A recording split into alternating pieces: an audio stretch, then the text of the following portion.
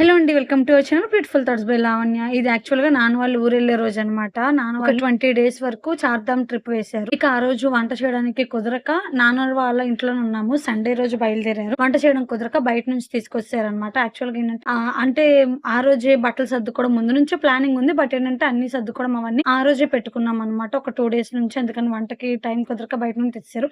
ఇంకా ఐటెమ్స్ ఏంటంటే టమాటా soup తీసుకొచ్చారనమాట. Chicken ముక్కలు అవన్నీ ఉన్నాయి. అంటే chicken షాజ్వాన్ soup.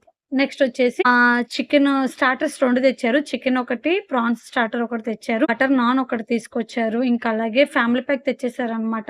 Chicken dum biryani తీసుకొనొచ్చేసారు. ఇక అవన్నీ తినేసేసాము. తినకముందే ఇదనమాట. ఈ వీడియో అనేది తినక ముందుదే. యాక్చువల్‌గా అమ్మ ఏంటంటే వెళ్తారు కదా! వ్యాపారానికి వెళ్ళినప్పుడు ఆ రోజొచ్చిన కొత్త నోట్లు ఏమైనా ఉంటే గనక ఇలాగ బిందె పెట్టి దాంట్లో దాస్తారు. ఇప్పుడు ఇంకా చాలా తక్కువ తీసాం. అంటే తొందరగా తీసేసామనమాట. అంతకుముందు అమర్నాథ్ యాత్ర వెళ్ళినప్పుడు మాత్రం చాలా ఎక్కువ అమౌంటే వచ్చినియి. ఇలాగ దాచి కొత్తవి రూ. 100, 200, రూ. 50 అలా కొత్త నోట్లు దాచి అవి ఇలాంటి ఊర్లు ప్రయాణానికి వాడతా ఉంటారు. ఇక అవి గూడా కౌంట్ చేసేసాము. ఇంక దేవుడికి కాబట్టి ఎంతొచ్చినియి ఏంటని నేను చెప్పట్లేదు. ఇక ఈవినింగ్ లగేజ్ అంతా సర్దేసేసుకొని నైట్ 12:30కి అనమాట ట్రైను. నాన్న బండి మీద వచ్చేస్తుంటే నేను, అమ్మ, పిల్లలము ఆటో బుక్ చేసుకొని ర్యాపిడోలో వెళ్తున్నాము. తమ్ముడేమో ఫంక్షన్‌కి వెళ్ళాడు. వాళ్ళ ఫ్రెండ్ కజిన్ మ్యారేజ్ ఉంటే మ్యారేజ్ నుంచి వచ్చాడు. డైరెక్ట్‌గా స్టేషన్‌కొచ్చాడు. ఇక అందరం లగేజ్ తీసుకొని వెళ్ళిపోయి అమ్మ వాళ్ళని ట్రైన్ ఎక్కిచ్చేసామనమాట. అక్కడి నుంచి ఇక స్టార్ట్. మే 11న వెళ్ళిన వాళ్ళు మే 13న వచ్చారు. 20 రోజులు ట్రిప్ వేశారనమాట. 30 కూడాను హర్షికమ్మ బర్త్‌డే రోజు. బర్త్‌డేకి కేక్ అంతా కోసేసిన తర్వాత నైట్ వచ్చారు 1కి. ఇక యాక్చువల్‌గా 12 దాటింది కాబట్టి 1 ఏసేసుకోవడమే అనమాట. ఇక స్టేషన్‌కి వెళ్ళి మా అమ్మకి, నాన్నకి సెండ్ ఆఫ్ ఇచ్చేసాము. పోనీ వెళ్ళి అన్నీ లోపలికెళ్ళి ఎక్కిద్దామా అంటే ట్రైన్ కదిలిపోయిద్దని భయమనమాట. ఎందుకంటే గబాల్న మళ్ళీ ఎక్కినోళ్ళని దిగలేకపోతే నెక్స్ట్ స్టేషన్‌లోనే దిగాలి. నాకదైతే అసలు చాలా భయం. అంటే రన్నింగ్ ట్రైన్ ఎక్కాలన్నా, దిగాలన్నా చాలా అంటే చాలా ఆగున్న ట్రైన్ దిగడానికే చాలా సార్లు ఆలోచించి దిగుతాను. ఇక ట్రైన్ బయలుదేరే టైం అయిపోయింది. అమ్మా, నాన్నకి సెండ్ ఆఫ్ ఇచ్చేసి ఇక ఇంటికి రిటర్న్ అయిపోయామనమాట. చూసారా టైము 17 అవుతుంది అప్పటికి. ఇక తారక్ ఏంటంటే ఎత్తుకోమని గోల చేస్తున్నాడు. చాలా దూరం నడుచుకొనొచ్చాం మేము. ఇక నెక్స్ట్ అమ్మ వాళ్ళ ఊరెళ్ళిన కాడ్నుంచి 20 డేస్ నేను అమ్మ వ్యాపారం నేనే చూసుకున్నాను. తమ్ముడు కూడాను హైదరాబాద్ ఎళ్ళాల్సొచ్చింది ఇంటర్న్‌షిప్ అందుకని. ఇక చెల్లి గూడా ఉండదు కాబట్టి నేనే చూసుకున్నాననమాట. ఇదొచ్చేసి మా అమ్మ వాళ్ళ పెట్. డాగొచ్చేసి దీని పేరు లూసీ అనమాట. దీనికి మేము కాపలా కాయాలేక చస్తున్నాము. బయట కుక్కలొచ్చేస్తున్నాయి. వాటి వల్ల దీనికి బాగా అంటే లైస్ అవి పెరిగిపోతున్నాయనమాట. అవి ఉండడం వల్ల స్మెల్లొచ్చేసి దీని దగ్గర కూర్చోలేకపోతున్నాం అని చెప్పేసేసి వాటిని రాకుండా చూడడానికి మా ఇంట్లో రెంట్‌కుండే బాబాయ్ వాళ్ళు గూడా చాలా ప్రయత్నాలు చేస్తున్నారు. అసలు దాన్ని తరిమితే మళ్ళీ మేము లోపలికెళ్ళడం, వచ్చేయడం. మళ్ళీ దీనికి తోడు ఒక చిన్న కోడి ఉందనమాట. పక్క ఇంటి వాళ్ళు పెంచుకునేది. అసలు ఇది చూసి భయపడదు. లూసీని చూసి ఆ కోడి అసలు భయపడదు. అదొచ్చి ఇంకా ఇంటికాడ తిరుగుతా ఉంటది. ఇది నన్ను చూసైతే తెగ మురుగుతుందనమాట. నాకైతే ఈ లూసీ అంటే చాలా భయం. మా తారక్‌ని మా చెల్లి పెళ్లిలో కరిచేసింది. 2 టైమ్స్ కరిచింది. వితిన్ 1 వీక్ టైమ్‌లో 2 టైమ్స్ కరిచింది. అందుకని చెప్పేసి భయము. నేనైతే దాని జోలికి గూడా వెళ్ళను. ఫస్ట్ నుంచి కుక్కలు, కోళ్ళంటే భయము. ఇక ఆ తర్వాత అమ్మ ఇవి మిగిలిన సరుకంతా ఇంట్లో పెట్టేసేసి, మార్నింగ్ కొంచెం సరుకు నేను ఇంటికి తీసుకొస్తాను. కొన్ని కొరియర్స్ అంటే అన్ని రూట్‌కి తీసుకెళ్ళడం ఇబ్బంది కాబట్టి అయి తీసుకొని ఇంటికెళ్ళిపోతున్నాను. ఇంకెళ్ళాక వంట పనదంతా మామూలే అనమాట. యాక్చువల్‌గా కొట్టుకాడ నుంచి వచ్చిన తర్వాత నా లుక్ అయితే ఇదనమాట. మా అమ్మ ఎలా చేసిద్దో ఏమో నాకైతే తెలీదు. షుగర్ ఉంది అమ్మకి. ఆ షుగర్‌తో పాటు ఇలా ఎండలో కష్టపడుతుంది. అలా కష్టపడడం వల్లే నా పెళ్లి, మా చెల్లి పెళ్లి చేయించింది. ఇప్పుడు తమ్ముడిని చదివిస్తుందన్నా సరేను, అంటే కేవలం ఈ క్రెడిట్ అమ్మకే కాదు, మా అమ్మకి మా నాన్న కూడా చాలా అంటే చాలా సపోర్ట్ చేశారనమాట. అంటే నాన్న ఏంటంటే ఎక్కువ అంటే లాభం ఎక్కువ ఆశించకుండా ఎలాగా కొన్ని కొన్నయితే ఎదురు పెట్టినవి కూడా ఉంటాయి కూడాను. అయితే అట్లాగా చేసేవాళ్ళు అమ్మా, నాన్న. ఇప్పుడు మా అమ్మ కానీ మా నాన్న ఎక్కువ లాభం ఆశించకుండా చేసేవాళ్ళు పని. మా అమ్మ బాగా కష్టపడడం వల్ల మేము ఈ పొజిషన్‌లో ఉన్నాము.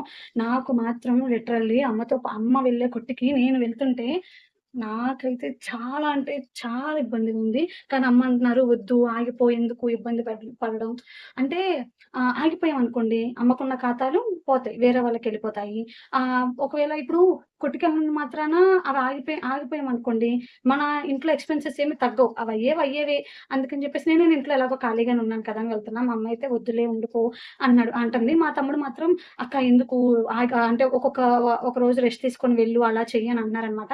బట్ ఏంటంటే ఒక వ్యాపారంలో ఉన్నప్పుడు దాన్ని డైలీ చేసుకొని అంటే ఇప్పుడు ఒకళ్ళ కింద చేస్తున్నప్పుడు మనకి సాలరీ వస్తది కాబట్టి ఒక 1 డే లీవ్ అడగొచ్చు. వ్యాపారంలో ఉన్నప్పుడు ఏంటంటే ఆ వ్యాపారం ఏ రోజైతే డల్‌గా ఉంటదో ఆ రోజే లీవ్ తీసుకోవాలి. అయితే తమ్ముడన్నాడు, "రేపు మంగళవారం కదక్కా! ఉండిపో తీసుకో వెళ్ళకు బేరం తక్కువే ఉంటదని" అన్నాడు.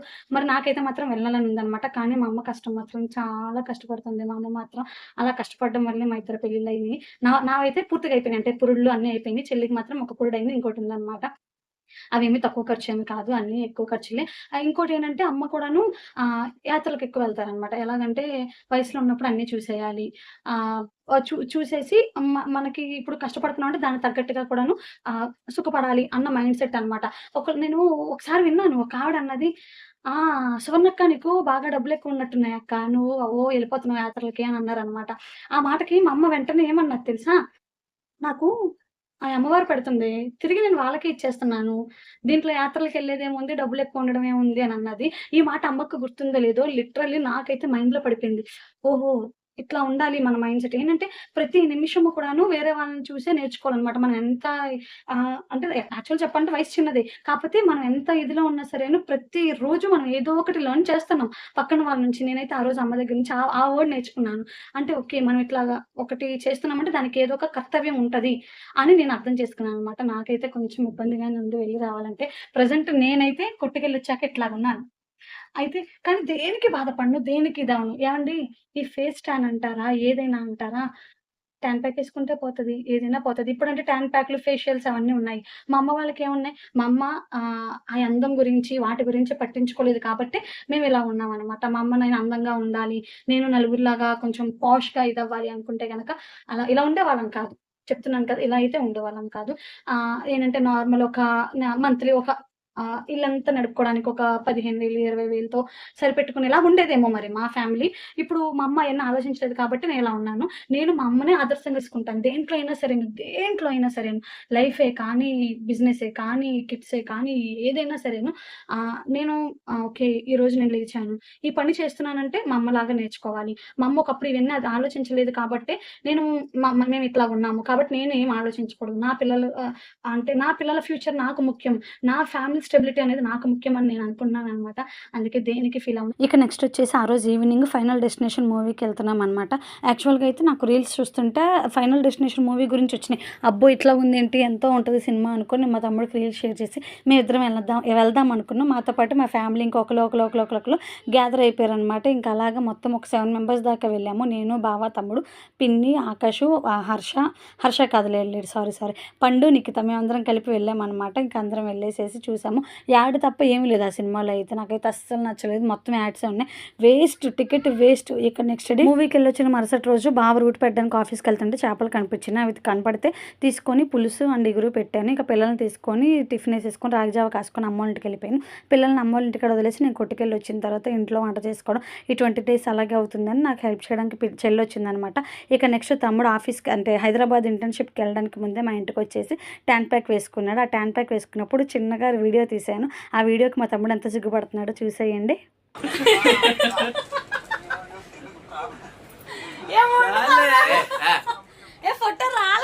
పెళ్లి కాని పిల్లలు ఏంటమ్మా ఎన్ని తెస్తావు దాచిపడి రా చాలే ఫేస్ దింపు తమ్ముడు ఫోటో రాలా అయితే నేను ఒకరోజు ఆఫీస్కి వెళ్ళొచ్చేసరికి పిల్లలకి ఆకలేసి పాపం మామిడికాయ తిన్నారు. యాక్చువల్గా టిఫిన్ వేసేసి ప్లేట్లో పెట్టేసి స్టవ్ దగ్గర పెడతాము. బట్ వాళ్ళకి కనపడలేదో వాళ్ళు చూడలేదో తెలియదు. నేను ఆఫీస్ నుంచి వచ్చేపాటికి ఇట్లా తిన్నారనమాట. మా తారక్ కామన్ సెన్స్ చూసారా, అంత వయసుకి మినిమం కామన్ సెన్స్ వాడు మెయింటైన్ చేస్తున్నాడు. వాడు తినే రసం కింద పడితే పాపం మా అమ్మ తుడుచుకోలేదు, అదంతా మరకలు అవుతాయి అని ఆలోచించి కింద ఒక మ్యాట్ వేసుకొని దాని మీద బౌల్ పెట్టుకొని తిన్నాడు అనమాట. నెక్స్ట్ వెనకాల సోఫా చూసారా, ఆ సోఫాని లాస్ట్ సమ్మర్ హాలిడేస్లో సగం పాడు చేశారు. ఈ సమ్మర్ హాలిడేస్లో పూర్తిగా పాడు చేశారనమాట. తీసేయడానికి మనసు ఒప్పట్లేదు. దాన్ని ఏదో ఒకటి చేయాలన్నమాట. దానికి బ్రౌన్ కలర్ షీట్ వేద్దాము అంటే అది చాలా రేట్ ఉంది. దాని గురించి ఆలోచిస్తున్నాను. ఇక నెక్స్ట్ హనుమాన్ జయంతి రోజున మేము వెళ్ళామన్నమాట ఉత్సవాలకి. అది కూడా పెడతాను చూసేసేయండి. ఇంకా నేను ఏదైనా ఇంట్లో కావాలంటే మ్యాక్సిమం బావ మీద డిపెండ్ అవ్వను. ఎందుకంటే బయటికి వెళ్ళి కష్టపడతారు, వాళ్ళ మీద డిపెండ్ అవ్వడం ఎందుకని చెప్పేసి నేనే చూసుకుంటాను. అందుకని తారకం తీసుకొని వెళ్ళి వాటర్ ట్యాంక్ ఇంకా ఇంట్లో కొన్ని కొన్ని సరుకులు అవి కావాలంటే వెళ్ళి తెచ్చేసుకున్నాం అనమాట.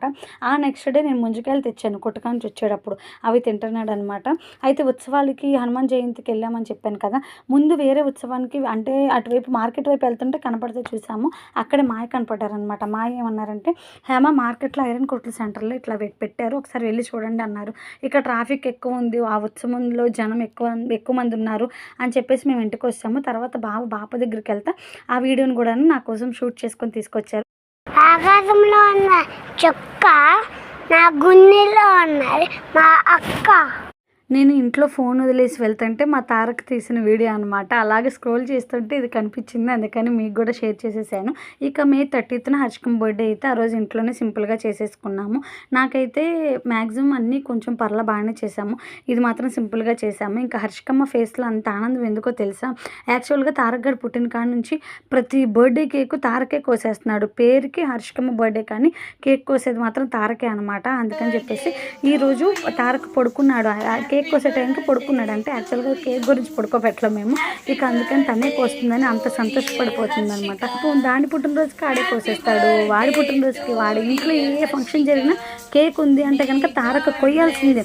తారక చేయబడింది ఆ కేక్ అవ్వదన్నమాట. నీళ్ళు చల్లుకోండి. వెనకాల తడవలేదమ్మా, వెనక మొత్తం ఆ పిల్లలకు కూడా చల్లదు. మేము తిరిగేసాం పుణ్యమంతా మాకి. గంట పోయండి అమ్మా కొద్దిగా, గంట పోయండి కొద్దిగా.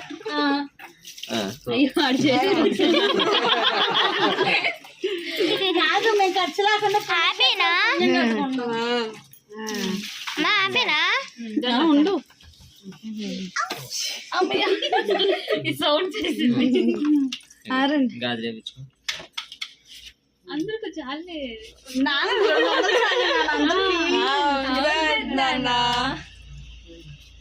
గుడ్డంతా ఏంది అది? ఆమెకు వేరే ఉందిలే, ఏదో ఉన్నట్టుంది. ఇక అమ్మ వాళ్ళ ఊరి నుంచి వచ్చాక అందరం కలిసి కాలు కడిగేసాము. నాన్న గాజులు వేయించుకోమని చేతిలో డబ్బులు పెట్టారు. యాక్చువల్గా అదంతా నేను వీడియో మ్యూట్ చేసేసి మా ఫోటో పెట్టేశాను అనమాట. ఇందుకు మొత్తం వీడియో పెట్టడం అని చెప్పేసి నెక్స్ట్ డే నాన్న నేను కలిసి కొట్టుకెళ్ళిపోయాము.